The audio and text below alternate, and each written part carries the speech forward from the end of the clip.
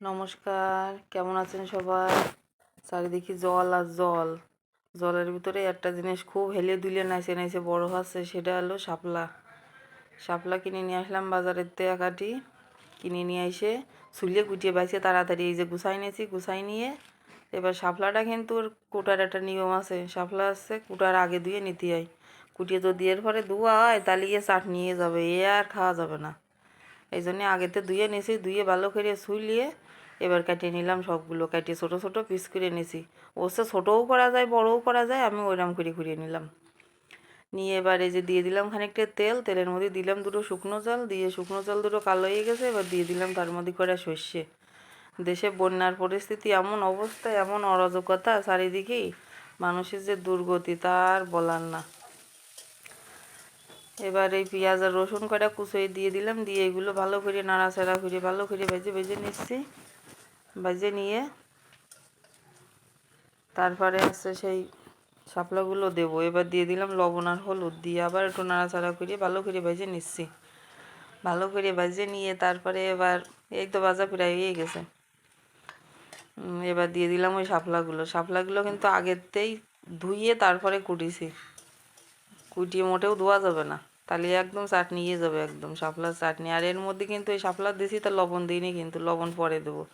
লবণ যদি এখন দিয়াই তাহলেও খাওয়া যাবে না, কিন্তু তাহলেও ওই সেই গন্ট হয়ে যাবে। শাপলা রান্নার কিছু নিয়ম কারণ আছে। এবার দিয়ে দিলাম কয়টা ঝাল। ঝালগুলো একটু ছোটো ছোটো করে দিছি কুচোয়ে। দিয়ে এবার আবার একটু নাড়াচাড়া করতেছি। এই যে এই পর্যায়ে আসলি এবার দিয়ে দেবো লবণ হলুদ। এবার লবণ হলুদ দিয়ে দিচ্ছি। দিয়ে আবার একটু নাড়াচাড়া করিয়ে এর মধ্যে চিংড়ি মাছ দিয়ে রান্না করলে খুব ভালো হয়, কিন্তু চিংড়ি মাছ তো আমার খালি একেবারে বেকায়দা অবস্থা। আমি একটা মানুষ দুটো হয়ে যাই, এই জন্যে চিংড়ি মাছ তো খাওয়া যাবে না। চিংড়ি বাদে দেখি আর কি করে খাওয়া যায়, তাই সেই চিন্তা মাথায় নিয়ে রান্না করতে চলে আসলাম। আর শাপলা দেখলেও ওরকম দেখা যায়, কিন্তু যদি সেইভাবে রান্না করে খাওয়া যায় তা খুব ভালো লাগে। এই মাঝখানে ফাঁকা করে একটু তেল দিয়ে দিয়ে দিলাম ওর মধ্যে একটা ডিম।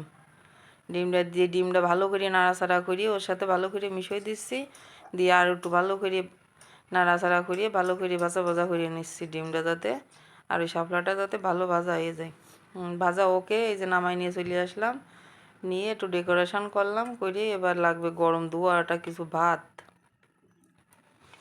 ভাতও রান্না হয়ে গেছে, গরম ধোয়া ওটা ভাত নিয়ে চলে আসলাম। নিয়ে এবার নিয়ে নেবো ওর থেকে 1 চামচ শাপলা। এরকম যদি একটু মুখরোচক খাবার হয় আর ঝাল ঝাল, তাহলে আর কি লাগে। এই হলেই তো 1 থাল ভাত উঠে যাবে। যারা শাপলা খায়নি তারা যদি এইভাবে ফলো করে রান্না করে খায়, তাহলে আসলে ভাববে যে আসলে খাওয়া যাচ্ছে, এ অখাদ্য না। আর ওই শুকনো জাল এক কামড় নিচ্ছি, সেই স্বাদ, একদম মুখে লাগিয়ে থাকার মতো স্বাদ।